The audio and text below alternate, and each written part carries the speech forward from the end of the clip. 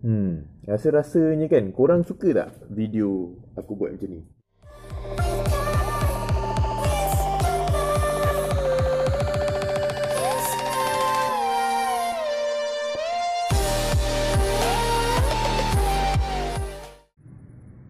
Okay, hi guys. Hari ni aku ada receive package.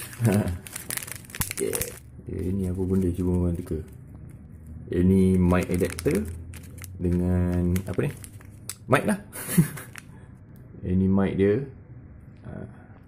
And ini mic jack dia. Mic jack ni untuk GoPro Hero 3, Hero 3 Plus macam aku punya, and Hero 4 lah. Setup ni lah yang aku guna untuk motovlogging aku. Kalau korang nak tahu berapa harga dia dalam RM13.70 macam tu. Aku beli kat Lazada. Okay, so sekarang setup dia senang korang kena ada GoPro. Nampak ni.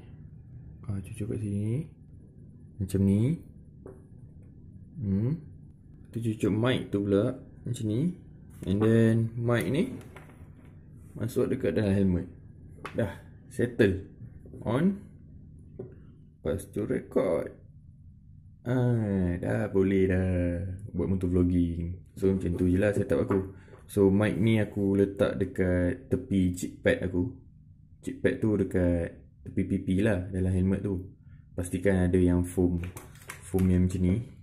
Pastikan ada yang foam macam ni, supaya angin tu tak adalah ni sangat kan. So cara macam mana nak susun yang berbelit-belit ni kan. Alah, korang tengok dekat dalam tu senang tengok. Nanti korang nampak dekat dalam helmet tu, korang boleh celah-celah helmet tu korang boleh selit lah. Kalau panjang sangat, ikat lah wire tu. Dah settle. Okay, setting apa aku pakai untuk GoPro aku. Kita fokus dulu. Okay, nampak tu 10 pula 1080 S60T. 1080 tu resolution dia. So yang S tu super view untuk GoPro. So dia wide angle lah, wide gila lah. And yang 60T tu kalau korang perasan dekat video aku, 60 frame per second. So dia macam real time lah. Dia macam tu sebab aku punya vlog semua nampak laju. Sebab 60 fps lah 60T tu. So ini aku tengah charge ni. Sekejap aku tunjuk aku punya memory card jap. Okay, so memory card yang aku pakai ialah 32GB SanDisk Extreme Plus. So yang ni bukan kelas 10 tau.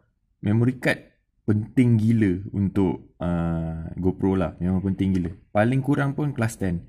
Yang ni kira Extreme Plus ni kira dia punya writing speed tu laju tau. So untuk GoPro tu dia tak ada lag lah. And kalau korang pakai bawah daripada kelas 10 ataupun bawah daripada kelas 10 lah, memang footage tu akan ada problem lah. GoPro tu akan selalu restart. Macam tu lah lebih kurang. So aku sarankan kalau boleh lah, korang pakai inilah. Try beli SanDisk Extreme Plus. Ini tak mahal sangat. Aku rasa dalam berapa puluh ke, 50-60 mungkin. Alah, spend lebih sikit untuk buat vlog kan, nanti puas hati.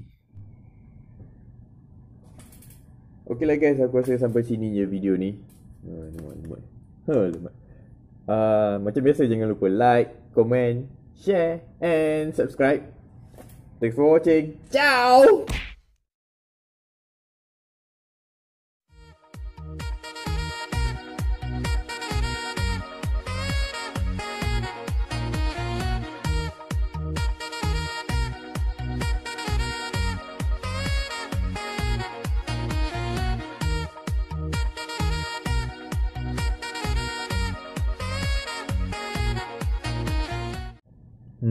Rasa-rasanya kan korang suka tak video aku buat macam ni? Macam simple je. Ini pun aku edit pakai phone. Aku nak try kan. Kalau korang suka, beritahu lah dekat komen tu.